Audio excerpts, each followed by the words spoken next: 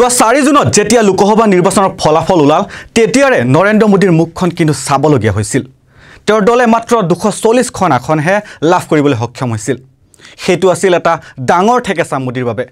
আৰু তাৰ পাছতে মাত্ৰ এমাহ পাৰ হৈছে। তাৰ পিছতে মোদীয়ে লাভ কৰিলে পুনৰ এক ডাঙৰ ঠেকেচা। লোকসভা নিৰ্বাচনৰ পাছত 7খন ৰাজ্যৰ 13টা বিধানসভা সমষ্টিৰ যি উপনিৰ্বাচন হ'ল তাৰ পিছতে এতিয়া যেন বিজেপিৰ অস্তিত্বই নাইকিয়া হৈ পৰিল। 7খন ৰাজ্যত বিধানসভাৰ উপনিৰ্বাচন হৈছিল। পশ্চিম বংগ, তামিলনাডু, বিহাৰ, উত্তৰাখণ্ড, পঞ্জাব, হিমাচল প্ৰদেশ, মধ্যপ্ৰদেশ এই 7খন ৰাজ্যত বিধানসভাৰ উপনিৰ্বাচন হৈছিল। আৰু সেই নিৰ্বাচনত এনডিএ মাত্ৰ 2খন আসনত জয় লাভ কৰিছে। অৰ্থাৎ বিজেপিয়ে মাত্ৰ 2খন আসনতহে জয় লাভ কৰিছে। তাৰ বিপৰীতে কিন্তু ইণ্ডিয়া জোটে 10খন আসনত জয় লাভ কৰিছে। এতিয়া সকলোৱে ক'বলৈ ধৰিছে যে নৰেন্দ্ৰ মোদীয়ে যেতিয়াৰ পৰা প্ৰধানমন্ত্ৰীৰ আসনত বহিছে আৰু বৰ্তমানৰ সময়ত চাৰিওফালে বিজেপিৰ পৰাজয়ৰ যি ধুমুহা বলিছে সেয়া হৈছে তেওঁৰ জীৱনৰ আটাইতকৈ শোচনীয় প্ৰদৰ্শন।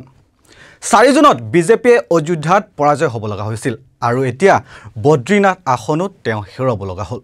অৰ্থাৎ মোদীৰ যি নেতৃত্ব সেই নেতৃত্বত এতিয়া মানুহে ভোট নিদিয়ে বা মোদীৰ মুখখন চাই বা মোদীৰ মিঠা মিঠা ভাষণ শুনি কোনেও বৰ্তমান সময়ত ভোট নিদিয়ে মোদীক। মোদীয়ে হিন্দুত্ববাদৰ যি আফিং খুৱাবলৈ চেষ্টা কৰিছে সেই কথাটো এতিয়া জনতাই ভুল নাযায়। আৰু তাৰে এক উদাহৰণ হ'ল বদ্ৰীনাথ। বদ্ৰীনাথ সমষ্টিটো হিন্দু বলয় বুলি কোৱা হয় আৰু তাত হিন্দুত্ববাদৰ উত্থান আছে। হিন্দু ধৰ্মাৱলম্বী লোকসকলৰ তাত মন্দিৰ আছে, কিন্তু তাতেই বা তেনেকুৱা ধৰণৰ সমষ্টিতে আজি পৰাজয় হৈছে বিজেপি। অযোধ্যাতো ৰাম মন্দিৰ নিৰ্মাণ কৰিছিল, ভাবিছিল হিন্দুসকলৰ সমৰ্থন লাভ কৰিব, হিয়া উজুৰি হিন্দু ভোট পাব, কিন্তু সেয়া অযোধ্যাৰ যি ফৰিজাবাদ সমষ্টি আছিল তাত কিন্তু সমাজবাদী পাৰ্টীয়েহে দখল কৰিবলৈ সক্ষম হৈছিল। এতিয়া ইয়াক এনেদৰে ক'ব পাৰি যে মোদীৰ বা বিজেপিৰ যি হিন্দুত্বৰ কাৰ্ড আছিল সেয়া এতিয়া এই উপনিৰ্বাচনৰ পাছত বিফল হৈ পৰিল।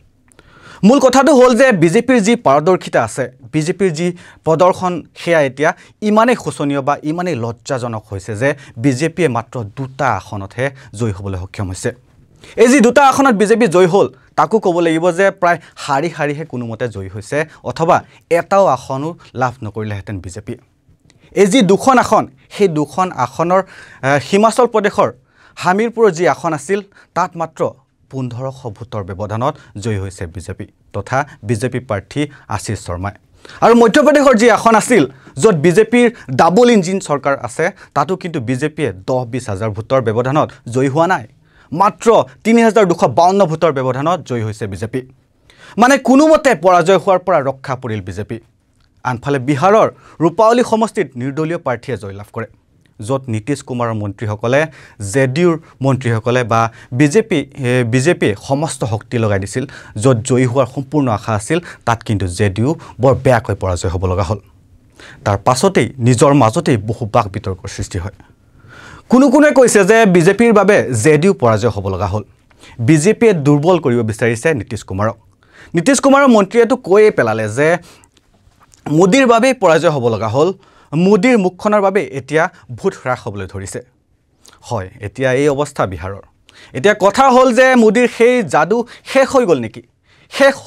সেই শক্তি যি চুম্বকীয় শক্তিত মানুহক টানি আনিছিল। কাৰণ লাহে লাহে এতিয়া দেখিবলৈ পোৱা গৈছে যে মোদীৰ যি শাসন সেই শাসন এতিয়া অস্ত যোৱাৰ দিশে। 3 মাহৰ পিছত 3 ৰাজ্যত অৰ্থাৎ মহাৰাষ্ট্ৰ, হাৰিয়ানা, ঝাৰখণ্ডত বিধানসভাৰ নিৰ্বাচন হ'ব।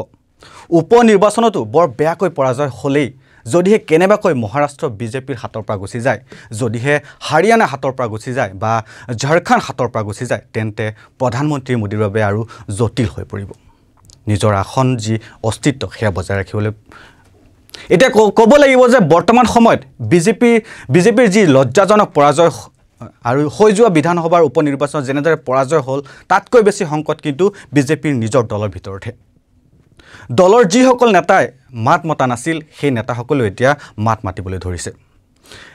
নীতিন গাডকাৰীৰ কথাই কওঁ বাৰু, তেওঁতো বাৰু মাত মাতিয়ে থাকে, কিন্তু কালি গোৱাত এখন দলীয় অনুষ্ঠানত নীতিন গাডকাৰীয়ে যি মন্তব্য দিলে সেয়া কিন্তু সাধাৰণ মন্তব্য নাছিল। তেওঁ কৈছিল যে যদিহে বিজেপিয়ে কংগ্ৰেছৰ দৰেই ভুল কৰি থাকে তেন্তে 2014ত কংগ্ৰেছৰ যি অৱস্থা হৈছিল সেই অৱস্থাই হ'ব বিজেপিৰো। এনেদৰে তেওঁ এটা ইংগিত দিয়ে ভাষণৰ সময়ত। তেওঁ বাৰু ইয়াৰ পূৰ্বে বহুকেইটা কথা কৈছে, কিন্তু বৰ্তমান বহুকেইজন নেতাই এতিয়া মুখ খুলিছে।